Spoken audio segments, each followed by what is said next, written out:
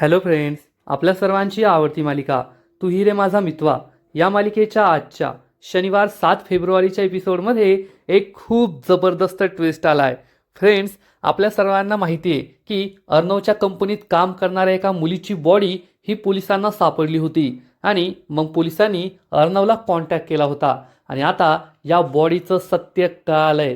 म्हणजे अर्णव किंवा पोलिसांना नाही तर प्रेक्षकांना कळालंय, कारण राजेशने हे सगळं कबूल केलंय. अर्णवच्या कंपनीत काम करणारी 30 वर्षांची मुलगी शलाका या मुलीवर प्रेम संबंधातून या राजेशने चक्क तिची हत्या केली, तिला मारलं आणि दहिसरच्या जंगलामध्ये तिला जमिनीत पुरून ठेवलं होतं. आणि आता ही बातमी पेपरमध्ये सुद्धा आली आहे, त्यामुळे राजेश चांगलाच घाबरलाय. याचा अर्थ राजेशची पापं आता जमिनीतून बाहेर निघायला सुरुवात झाली आहे आणि या केसमुळेच राजेशचा अंत होणार. राजेश हा कायमचा तुरुंगात जाणार, त्याला फाशी होणार. अर्णव, ईश्वरी आणि अंजली त्याच्या जाचातून सुटणार, एवढं मात्र नक्की. मग हे सगळं घडलं तरी कसं आणि हे रहस्य आहे तरी काय, हे जाणून घेण्यासाठी हा व्हिडिओ शेवटपर्यंत नक्की पहा. फ्रेंड्स, आजच्या एपिसोडच्या सुरुवातीलाच मेघना आपल्या मनाचा मोठेपणा दाखवते आणि ती नम्रताला म्हणते, नम्रता, खरंच तू खूप महान आहेस. तू स्वतःच्या प्रेमाचा त्याग करत होतीस आणि आकाशचा हात माझ्या हातात सोपवला होता, पण मी सुद्धा एवढ्या कोत्या मनाची नाहीये की तुझ्या प्रेमाचा बळी देऊन माझा सुखाचा संसार उभा करेल. हे ऐकून सर्वांना खूप आनंद होतो. मेघना खरंच किती चांगली आहे हे सगळ्यांना समजतं, तर मामीच्या मात्र पायाखालची जमीनच सरकते. तेव्हा मेघना ही आपल्या बाबांकडे पाहते आणि विचारते, बाबा, मी योग्य बोलतीये ना? मी हा साखरपुडा करायला नको ना? मेघनाचे बाबा म्हणतात, हो, तू अगदी योग्य बोलतीये. आणि ते वल्लरीला जाब विचारतात, तुम्ही तुमच्या मुलाच्या मनाचा ठाव घेण्याचा कधी प्रयत्न केला नाही का? आकाशचं कोणावर प्रेम आहे याबद्दल त्याला कधीच विचारलं नाही का? मामीला काय उत्तर द्यावं ते समजतच नाही, तिची बोलतीच बंद होते. तेव्हा मेघना ही आकाशजवळ येते आणि आकाशला म्हणते, आकाश, तू मला एकदा सांगितलं असतं ना तुझं नम्रतावर प्रेम आहे, तर हे सगळं घडलंच नसतं आणि उगाचच तुला आणि नम्रताला एवढा त्रास झाला. माझ्या मनात कोणत्याही हार्ड फिलिंग्स नाही आहेत की आपला साखरपुडा होत नाहीये, आणि उलट मला हे वेळेवर समजलं आणि आपल्या तिघांचं आयुष्य बर्बाद होण्यापासून वाचलं, याचा मला आनंदच होतोय. आकाशसुद्धा खूप खुश होतो. मेघना खरंच किती समजूतदार आहे, किती चांगली मुलगी आहे हे सगळ्यांना समजतं. आणि मग मेघना ही चक्क नम्रताचा हात हातात घेते आणि नम्रताला घेऊन स्टेजवर येते. त्यामुळे सगळेच जण खूप टेन्शनमध्ये येतात की आता मेघना काय करतीये. मेघना ही नम्रताला पुढे घेऊन जाते. नम्रता ईश्वरीकडे पाहते तर ईश्वरीला सुद्धा समजत नाही की मेघना काय करणार आहे. आणि मग मेघना आकाश आणि नम्रताला एकमेकांच्या जवळ आणते. नम्रताला आकाशच्या जवळ उभी करते आणि चक्क मेघना जी अंगठी आकाशच्या बोटात घालणार होती तीच अंगठी ती नम्रतासमोर पकडते. त्यामुळे सगळ्यांनाच आश्चर्याचा धक्का बसतो. मामीचा तर चेहरा पाहण्यासारखा झालेला असतो. फ्रेंड्स, या संपूर्ण एपिसोडमध्ये मामीचा चेहरा पाहून तुम्हाला खूप आनंद होईल, एवढं मात्र नक्की. तर मामा, आजी, अर्णव, अंजली सगळे खूप खुश असतात. ईश्वरीच्या डोळ्यात तर आनंदाचे अश्रू वाहत असतात. आणि मग मेघना ही नम्रताला म्हणते, चल, आज तुमच्या दोघांचा साखरपुडा होणार. आणि नम्रताला खूप आनंद होतो. ईश्वरीच्या चेहऱ्यावर सुद्धा हसू येतं आणि मामीचा चेहरा पडतो. तिच्या चेहऱ्याचे 12 नाही तर 24 वाजतात. आकाश वल्लरीकडे पाहतो आणि म्हणतो, मॉम प्लीज. तो खूप गयावया करतो की मला नम्रताशी साखरपुडा करू दे, परंतु ही वल्लरी दगडाच्या काळजाची आहे. तिचा आपल्या मुलावर, आपल्या नवऱ्यावर, संसारावर प्रेम नाहीये. तिला फक्त स्वतःचा स्वार्थ दिसतो. स्वतःची कातडी वाचवायला ती फक्त आलीये. त्यामुळे ती काहीच बोलत नाही, तशीच धम्मसारखी उभी राहते. मामा हा तिला समजवण्याचा प्रयत्न करतो, करू दे त्यांचा साखरपुडा, यातच आपल्या मुलाचं सुख आहे, त्याचं नम्रतावर खूप प्रेम आहे. पण तरीसुद्धा मामी एक शब्दही बोलत नाही. त्यामुळे आकाश तिचा विषय सोडून देतो आणि मग मेघना नम्रताला ही अंगठी आकाशच्या बोटात घालायला सांगते. नम्रता ही अंगठी घेते. नम्रता आणि आकाश एकमेकांकडे खूप प्रेमाने पाहतात. आकाश आपला हात पुढे करतो आणि नम्रता त्याच्या बोटात ही एंगेजमेंट रिंग घालते. सगळे आनंदाने टाळ्या वाजू लागतात. ईश्वरी, मामा, अर्णव, मेघना, अंजली, आजी, सदावर्ती कुटुंब सगळे खूप खुश असतात. ईश्वरीच्या चेहऱ्यावर आनंद ओसंडून वाहत असतो. आणि मग आकाश नम्रताचा हात हातात घेतो आणि नम्रताच्या बोटामध्ये ही अंगठी घालतो. सगळे जोरजोरात टाळ्या वाजवत असतात. आकाश आणि नम्रताचा साखरपुडा झालेला असतो. त्यांचं नातं पक्क ठरलेलं असतं. पण वल्लरीच्या चेहऱ्यावर आता 24चे 36 झालेले असतात. तिचा चेहरा पाहण्यासारखा झालेला असतो. अर्णव आणि ईश्वरी खूप खुश असतात, आनंदाने टाळ्या वाजवत असतात. तेव्हा मेघना या दोघांनाही त्यांच्या साखरपुड्याच्या शुभेच्छा देते, कॉंग्रॅच्युलेशन्स म्हणते. आकाश आणि नम्रताला खूप आनंद होतो. ते दोघेही मेघनाला थँक्यू म्हणतात. तर अर्णव आणि ईश्वरी एकमेकांकडे पाहतात. आजी, मामा सगळेच खूप खुश असतात. सगळ्यांच्या गप्पा टप्पा रंगतात आणि मग मामा आकाश आणि नम्रताला सगळ्यांचा आशीर्वाद घ्यायला सांगतो. आकाश आणि नम्रता आजी, मामा, मामी, सदावर्ते कुटुंब त्यांचा सुद्धा आशीर्वाद घेतात. तर ईश्वरी ही अर्णवचा हात पकडते आणि अर्णवला बाजूला नेते. ती अर्णवला विचारते, अर्णव सर, तुम्हाला आकाश सर आणि नम्रता दिदीचं प्रेम तर कळतंय, मग आपलं प्रेम का कळत नाहीये? तुम्ही सुद्धा आपल्या नात्याचा विचार करायला हवा. आणि माझ्यासाठी नाही तर तुमच्यासाठी. कारण तुम्ही आता जे वागताय ना त्याचा तुम्हाला खूप त्रास होतोय हे मला दिसतंय. आणि तुम्हाला त्रासात पाहून मला सुद्धा त्रास होतोय. अर्णव ईश्वरीच्या या गोष्टीचा विचार करू लागतो. तर मामा सदावर्ते कुटुंबाचं खूप अभिनंदन करतात, त्यांचे आभार मानतात की खरंच तुम्ही एवढा समजूतदारपणा दाखवला म्हणूनच हे सगळं एवढं आनंदात होऊ शकलं, शक्य होऊ शकलं. नम्रता आणि आकाश त्यांचे पाया पडतात, त्यांचे आभार मानतात. आणि मग त्यानंतर मेघना आणि सदावर्ते कुटुंब तेथून निघून जातं. ईश्वरी आणि नम्रता एकमेकांना घट्ट मिठी मारतात. त्यांना खूप आनंद झालेला असतो. घरातील सगळेच खुश असतात, आनंदाचं वातावरण असतं. आणि मग सगळे पाहुणे निघून गेल्यानंतर घरातील सगळे एकत्र बसलेले असतात. आजी मामाला म्हणते, आता आपल्या नम्रताच्या आईबाबांना हे सगळं कळवायला हवं. तर मामी तिचा धिंगाणा सुरू करते आणि मामी म्हणते, फक्त त्या नम्रताच्या आईबाबाला कशाला, संपूर्ण जगाला सांगूया ना की कसं या ईश्वरीने आपला प्लॅन सक्सेसफुल केला, ही दुसरी बळजबरीची सून सुद्धा आपल्या घरात आणली. त्यामुळे सगळ्यांनाच मोठा धक्का बसतो. ईश्वरी, नम्रता, आकाश खूप दुःखी होतात. तर मामी म्हणते, बस झालं वल्लरी, आता कशाला आकांड तांडव करतीयेस आणि ईश्वरीवर चुकीचे आरोप लावतीयेस? तर मामी चिडून म्हणते, आई, मी चुकीचे आरोप लावत नाहीये. मी तुम्हाला आधीपासून सांगत होते, हा सगळा ईश्वरीचा प्लॅन होता. तिच्या बहिणीला या घरात आणण्यासाठी तिने हा प्लॅन बनवला होता. मामा चिडून म्हणतो, ए वल्लरी, काय बोलतीयेस? कसला प्लॅन? आणि ईश्वरी कशाला प्लॅन बनवेल? तुला आपल्या मुलाचं प्रेम कळत नाहीये का? तर वल्लरी चिडून म्हणते, तुम्ही गप बसावं. इतक्या वेळे मूग गिळून गप बसले होते तेव्हा तुमची बोलण्याची हिंमत नाही झाली. तेव्हा तर दात खीळ बसली होती. आणि आता मी बोलायला लागले लगेच मला गप्प बसवायला आले. हा सगळा या ईश्वरीचा प्लॅन आहे. तर अंजली म्हणते, मामी, कशाला तू ईश्वरीवर चुकीचे आरोप लावतीयेस? ईश्वरी तशी नाहीये जसा तू विचार करतीयेस. तर मामी चिडून म्हणते, बस झाला अंजली, तिची बाजू घेऊ नको. मला माहिती आहे ईश्वरी कशी आहे आणि कशी नाहीये. अर्णव खूप चिडतो आणि म्हणतो, मामी बस झालं. तर वल्लरी म्हणते, अर्णव, या ईश्वरीने तुझा ब्रेन वॉश केला. तुला माझ्या मुलाबद्दल आणि त्या नम्रताबद्दल सगळं चुकीचं सांगितलं आणि मग तू त्या नम्रताला इथे घेऊन आला आणि माझ्या मुलाचा साखरपुडा मोडला. अर्णव चिडून म्हणतो, मामी, असं काही नाहीये. ईश्वरीने माझा ब्रेन वॉश वगैरे काही केला नाहीये.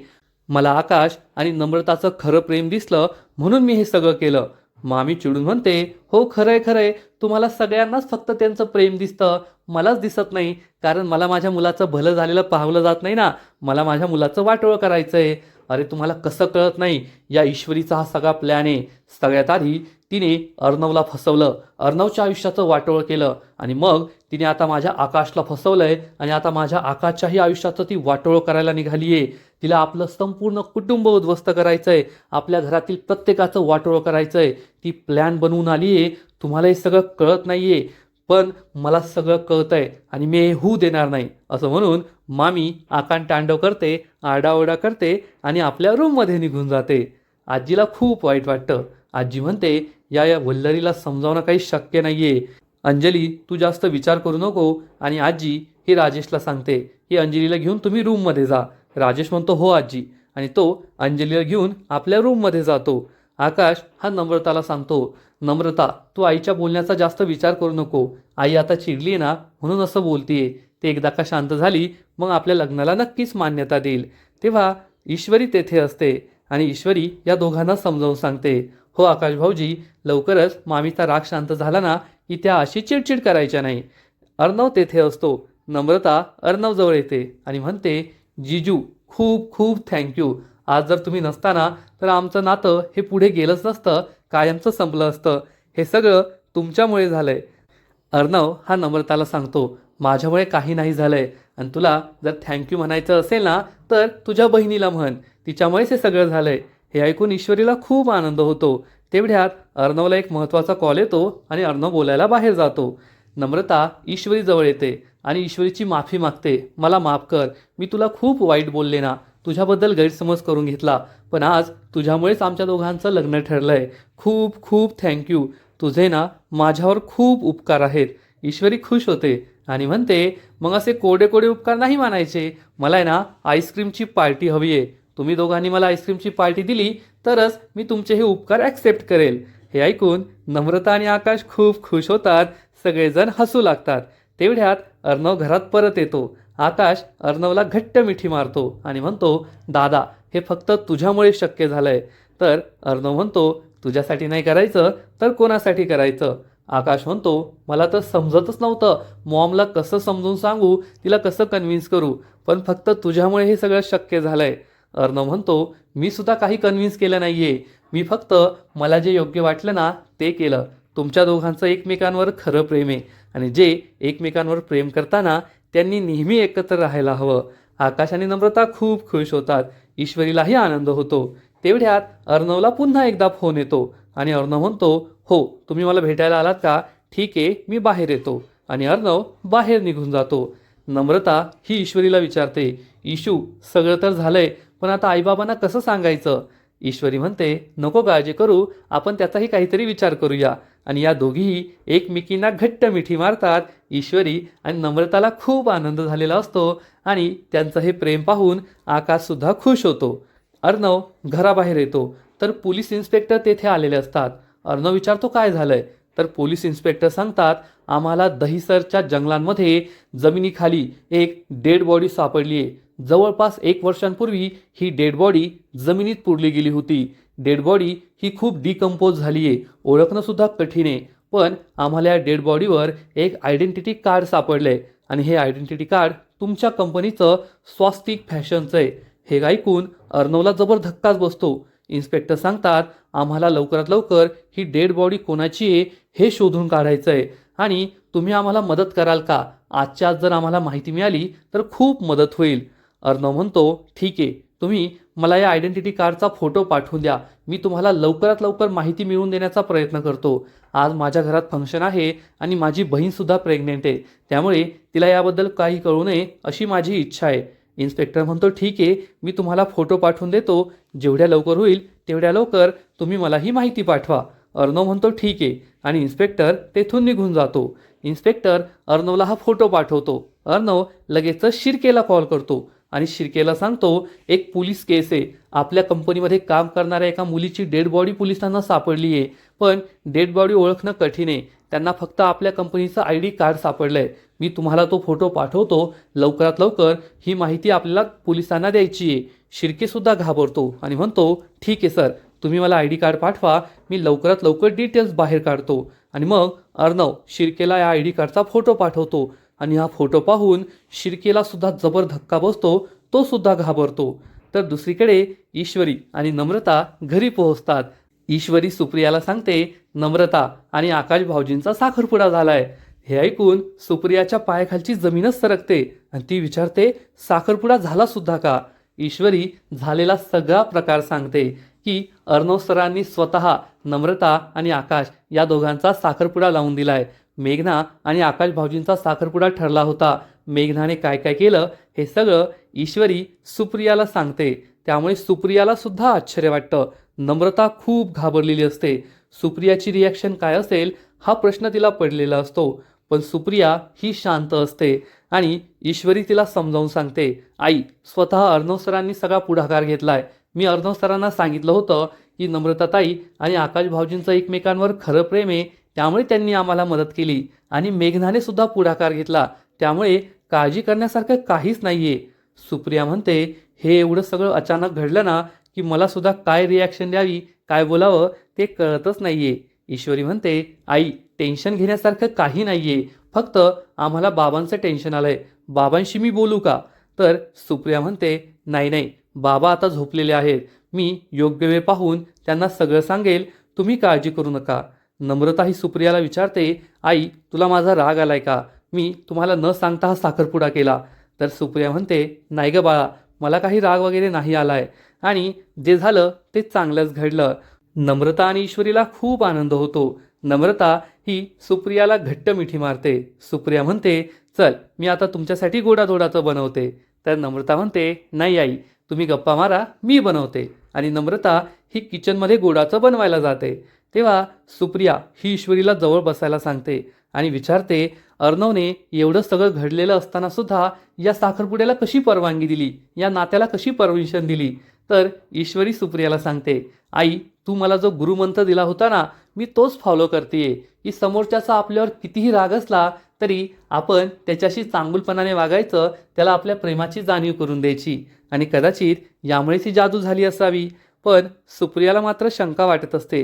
सुप्रिया विचारते, पण अर्णवने खरंच मनापासून या सगळ्याला परवानगी दिली आहे का? तर ईश्वरी सांगते, हो आई, मला तर वाटतंय नक्कीच त्यांनी मनापासून परवानगी दिली आहे आणि त्यांचा आता माझ्यावरचा रागसुद्धा हळूहळू कमी होतोय. सुप्रियाला आनंद होतो. सुप्रिया ही काही बोलणार इतक्यात सुप्रियाला चक्क आजीचा कॉल येतो. आजी ईश्वरीला सांगते, आजींचा कॉल आलाय आणि ती फोन उचलते. इकडून आजी ही सुप्रियाला सांगते, मी सुभद्रा बोलतीये, अर्णवची आजी. तुम्हाला ईश्वरी आणि नम्रताने सगळं सांगितलंच असेल की कोणत्या परिस्थितीत साखरपुडा झालाय आणि आता लवकरात लवकर लग्नाची बोलणी करायला तुम्ही आमच्या घरी या. उद्याच या, आपण लग्नाची बोलणी करूया. सुप्रियाला आश्चर्याचा धक्काच बसतो आणि ती म्हणते, ठीक आहे आजी, पण मला आधी ईश्वरी आणि नम्रताच्या बाबांशी बोलावं लागेल, त्यांना अजून काहीच माहिती नाहीये. आजी म्हणते, ठीक आहे, तुम्ही त्यांच्याशी बोला आणि मग मला कळवा. सुप्रिया हो म्हणते आणि फोन कट करते. तर सुप्रिया ईश्वरीला सांगते, माझं तर सगळं टेन्शनच गेलं, आजींनी मला चक्क लग्नाची बोलणी करायला बोलवलंय. हे ऐकून ईश्वरीला खूप आनंद होतो आणि ती सुप्रियाला घट्ट मिठी मारते. आता नम्रता आणि आकाशचं लग्न नक्की होणार, कोणताही अडथळा येणार नाही असं या दोघींना वाटत असतं आणि आजचा एपिसोड येथेच संपतो. फ्रेंड्स, या मालिकेचा आजचा एपिसोड खूप भारी होता. नम्रता आणि आकाशचं लग्नसुद्धा आता लवकरच लागेल असं वाटतंय. पण त्याच वेळेस आता पोलिसांना जी डेड बॉडी सापडली होती त्याचा जो मॅटर असणार आहे, इश्यू असणार आहे, तो खूपच मोठा असेल एवढं मात्र नक्की. आणि याबद्दल एक खूप मोठा खुलासा पुढील एपिसोडमध्ये होणार आहे. पुढील एपिसोडमध्ये आपण पाहू की अर्णवचं संपूर्ण कुटुंब हे डायनिंग टेबलवर चहा नाश्ता करत असेल आणि त्याच वेळेस मामा न्यूजपेपरमधील एक मोठी बातमी वाचणार. तो म्हणेल की दहिसरच्या जंगलामध्ये एका 30 वर्षीय मुलीचं प्रेत सापडलंय, जमिनीत तिला पुरलं गेलं होतं, तिची डेड बॉडी सापडली आहे. आणि हे ऐकून राजेशच्या पायाखालची जमीनच सरकणार. राजेश खूप घाबरणार. तेव्हा अंजली म्हणेल, कशी कशी माणसं असतात ना, काय काय गुन्हे करत असतात. तर राजेशची बोलतीच बंद झालेली असेल. ही बातमी वाचून ऐकून तो खूप घाबरलेला असेल. अर्णव हा अंजलीला म्हणेल, कसं आहे ना ताई, आजकाल लोक हे गुन्हे करत असतात, त्यांना माहीत असतं की हा गुन्हा समोर आला तर त्यांना मोठी शिक्षा होऊ शकते, तरीसुद्धा ते गुन्हे करतात, घाबरतच नाही, हो की नाही जिजू? आणि हे ऐकून राजेश खूप दचकणार आणि अर्णवकडे रागारागाने पाहू लागेल. पण अर्णव आणि ईश्वरीला समजणार नाही की या गुन्ह्यामागे राजेशचाच हात आहे. थोड्या वेळानंतर राजेश घराबाहेर येईल आणि स्वतःशीच बडबड करेल, मी तर शलाकाला मारून तिची डेड बॉडी जमिनीत खोल पुरली होती, मग पोलिसांना ती कशी सापडली? आणि पोलिसांना माझ्याविरुद्ध काही पुरावा तर सापडला नसेल ना? जवळपास 1 वर्ष झालंय त्या घटनेला. मी शलाकाला पटवलं होतं, तिच्याशी प्रेमाचं नाटक केलं, तिचा फायदा उचलला आणि मग तिला संपवलं. त्या दहिसरच्या जंगलामध्ये जमिनीखाली पुरून ठेवलं होतं आणि आज 1 वर्षानंतर पोलिसांना ती डेड बॉडी कशी सापडली? त्याच्यामध्ये त्यांना काही कळलं तर नसेल ना? माझ्यावर संशय तर आला नसेल ना? अशी भीती या राजेशला वाटणार. पण तो हा सुद्धा विचार करेल की पोलिसांना डेड बॉडी तर सापडली आहे, पण डेड बॉडीला 1 वर्ष झालंय, आत्तापर्यंत डेड बॉडी डिकम्पोज झाली असेल. ही बॉडी कोणाची आहे हे पोलिसांना कळणं शक्यच नाही. पण राजेशला हे माहिती नाही आहे की पोलिसांना या डेड बॉडीजवळ स्वस्तिक फॅशनचं आयडेंटिटी कार्ड मिळालं आहे आणि कोणत्याही कंपनीच्या आयडेंटिटी कार्डवर नक्कीच डिटेल्स असतात, एम्प्लॉई कोड असतो आणि या एम्प्लॉई कोडच्या मदतीने नक्कीच पोलीस ही डेड बॉडी कोणाची आहे हे शोधून काढू शकतात. पोलीस अर्णवपर्यंत तर पोहोचले आणि आता अर्णव हे नक्कीच शोधून काढणार की हे आय डी कार्ड कोणाचं आहे आणि यावरून शलाकाचा सगळा भूतकाळ समोर येईल आणि लवकरच या राजेशनेच हे सगळं कांड केलंय, हा राजेशचाच गुन्हा आहे हे सुद्धा सगळ्यांना समजणार आणि राजेश हा खडी फोडायला जाणार. राजेशच्या पापांचा घडा आता भरलाय आणि लवकरच त्याच्या पापांची सजा त्याला मिळणार आहे एवढं मात्र नक्की. तर फ्रेंड्स, तुम्हाला काय वाटतं? आता हे शलाकाचं खून प्रकरण राजेशला चांगलंच भोवणार ना? नक्कीच कमेंट करून सांगा. आणि तू ही रे माझा मितवा ही मालिका तुम्हाला सुद्धा आवडते ना? या मालिकेचे नवीन नवीन अपडेट्स पाहायला तुम्हाला सुद्धा आवडतात ना? नक्कीच कमेंट करून सांगा. व्हिडिओला लाईक करा, शेअर करा, चॅनलला सबस्क्राईब करून बेल आयकॉनवर क्लिक करा, म्हणजे या मालिकेचे नवीन नवीन एपिसोड तुम्हाला सर्वात आधी पाहायला मिळतील. खूप खूप खूप धन्यवाद.